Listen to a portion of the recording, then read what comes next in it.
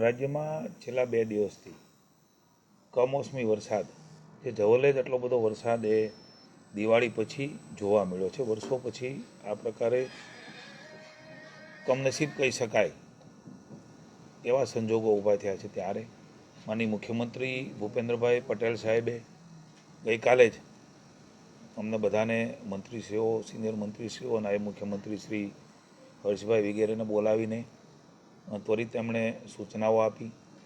જ્યાં જ્યાં affected area છે ત્યાં ઝડપથી મંત્રીશ્રીઓ પહોંચી જાય. ગઈકાલે રાત્રે જ બધા વિસ્તારમાં પહોંચી ગયા. આજે ભાવનગર ખાતે વ્યવસ્થાના ભાગરૂપે મને મોકલવામાં સરકાર તરફથી આવ્યો છે. અર્જુનભાઈ મોઢવાડિયા અને પ્રદ્યુમનભાઈ વાજા ગીર સોમનાથ અને જૂનાગઢ જિલ્લામાં છે. કૌશિકભાઈ વેકરિયા અમરેલી જિલ્લામાં છે. તાપી અને દક્ષિણ ગુજરાત નવસારી અને વલસાડમાં પણ વરસાદ થયો છે. ત્યારે નરેશભાઈ પટેલ અને જયરામભાઈ એ ત્યાં છે. માનનીય મુખ્યમંત્રી શ્રી સ્વયં રિયલ ટાઈમ મોનિટરિંગ એ સ્ટેટમાંથી લઈ રહ્યા છે. કલેક્ટરશ્રીઓ સાથે, ધારાસભ્યશ્રીઓ, માનનીય સંસદસભ્યો સાથે તમામ વિગતો, કારણ કે આ તો મુખ્ય એવા જિલ્લાઓ હું બોલ્યો છું કે જ્યાં વધારે વરસાદ છે. વરસાદ લગભગ બધે છે.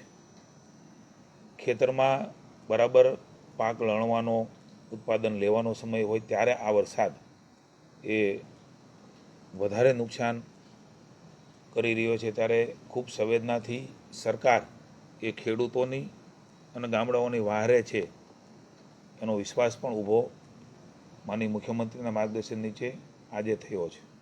આજે ભાવનગર જિલ્લાની અંદર આજે આ કલેક્ટર ઓફિસની આપણે આ બેઠકમાં રિવ્યૂ બેઠક અમે કરી છે. માનનીય મંત્રી શ્રી નીમુબેન, જેમણે પણ ચિંતા કરીને વરસાદ આવ્યો ત્યારથી મારી સાથે સતત સંપર્કમાં રહીને એમણે પણ જે થઈ શકે એ કરવા માટે થઈને અમને પણ એણે અવગત કર્યા.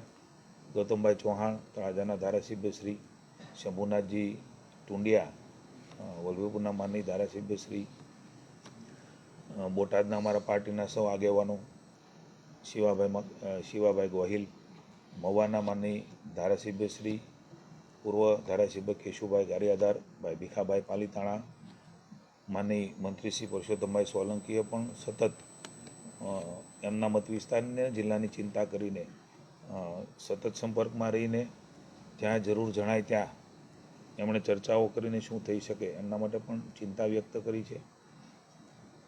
ગારિયાધારના આપના ધારાસભ્યશ્રી પણ મહુવામાં સુધીરભાઈ વાઘાણી પણ ત્યાં આવ્યા હતા.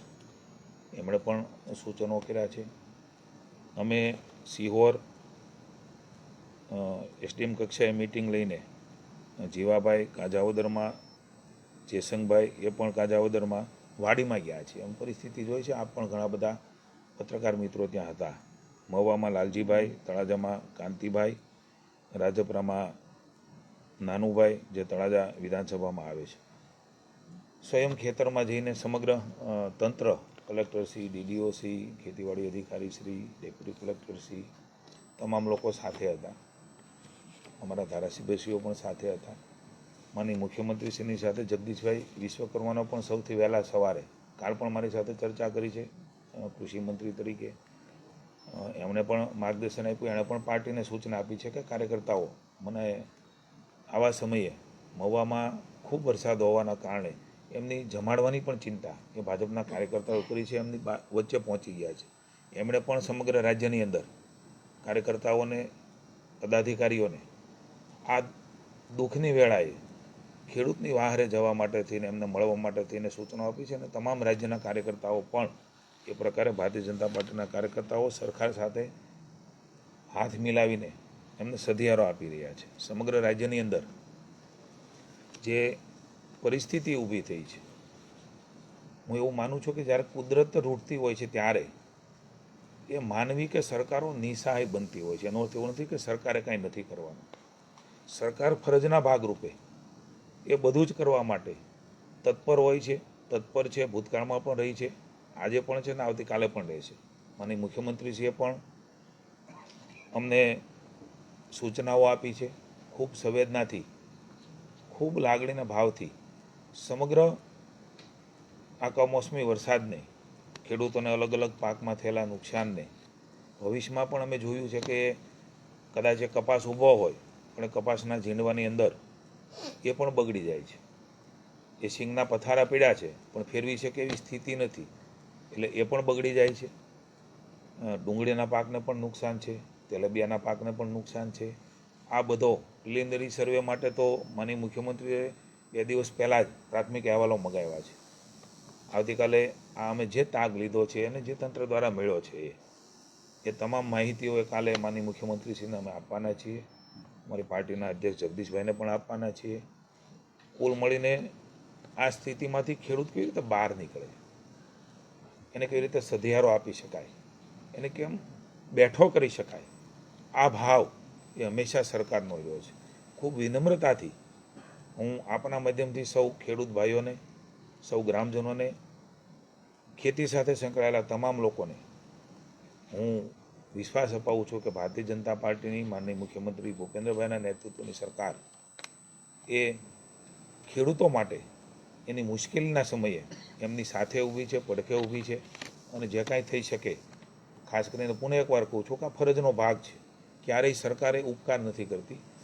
જ્યારે એમના આશીર્વાદથી સરકાર બની છે ત્યારે એમને ખરા સમયે અસરગ્રસ્તને ખાસ કરીને સહાય મળે, મદદ મળે, એના માટે મુખ્યમંત્રી ચિંતિત છે. એના માટેની યોજના બનાવી રહ્યા છે. એમના માટે ધરતી સુધી ઉતરે, એને મળે, એની પણ ચિંતા કરી રહ્યા છે. ત્યારે આપના માધ્યમથી તમામ તંત્રના અધિકારીઓને પણ વિનંતી કરું છે કે કોઈ અસરગ્રસ્ત વ્યક્તિ એ ન રહી જાય, એમને બેઠો કરવામાં, સધિયારો આપવાના. આવા વખતે માનસિક રીતે ખૂબ જરૂર હોય છે. આજે અમે ખેડૂતોને મળ્યા છે, અમે જોયું છે, માનસિક સધિયારો એ કુદરત એમને વધારે શક્તિ આપતો હોય છે. એટલે આપણે સૌ સાથે મળીને આ દુઃખની ઘડીમાં ખેડૂતોને વહારે જઈને સધિયારો આપીને ફરી વખત બેઠો થાય એવા પ્રયાસો અમે કર્યા છે. સમગ્ર અહેવાલ કે મુખ્યમંત્રીશ્રીને અમે આપીશું. હું પુનઃ એકવાર વિશ્વાસ અપાવું છું, મુખ્યમંત્રીશ્રી ખૂબ ચિંતિત છે, કારણ કે આવું ક્યારેક બનતું હોય છે. થોડોક વરસાદ થયો છે ત્યાં પણ મુશ્કેલી તો થઈ છે. એ તમામ તાગ પણ મેળવ્યો છે ને જે નીતિ નિયમ છે એ પ્રમાણે પણ એમાંથી પણ બહાર નીકળીને ભૂતકાળમાં પેકેજોમાં માનનીય મુખ્યમંત્રીશ્રીએ ટોપઅપ પણ રાજ્ય સરકાર જે આપે છે એ પણ વધારે આપવાનો પ્રયાસ એ મુખ્યમંત્રીશ્રીએ કર્યો છે. કેન્દ્ર પણ એમાં સહાય કરતી હોય છે, પણ રાજ્ય સરકાર પણ એ પ્રકારની મદદ કરવા માટે અમે સૌ આજે અલગ અલગ જિલ્લાઓમાં ગયા છીએ. માનનીય મુખ્યમંત્રીશ્રીને કાલે મળીને અમારું જે તારણ છે અને અમારું જે ક્યાસ છે એ પણ આપીશું, તંત્ર દ્વારા પણ મેળવીશું. પણ સમય છે, આપણે સૌ સાથે મળીને સકારાત્મક રીતે ગામના ખેડૂત, ગામનો ખેત મજદૂર, ગામમાં બેઠેલો માણસ એ આપણો ભાઈ છે, આપણી બેન છે, એમને સાથે મળીને માનસિક રીતે સધિયારો આપીને સ્વસ્થતા રહે એની પહેલી પ્રાયોરિટી આપણે સૌ સાથે મળીને સકારાત્મક વાતાવરણ, પોઝિટિવ વાતાવરણ બનાવીને, કારણ કે નકારાત્મકતા અને નેગેટિવ વાતાવરણથી ક્યારેય એ માણસ બેઠો નહીં થાય. એટલે મારી વિનંતી છે, સાથે મળીને બધું બાજુ પર મૂકીને સકારાત્મક વાતાવરણમાં એમને લઈ જઈ અને સધિયારો આપીને બહાર કાઢવાનો પ્રયાસ કરીએ.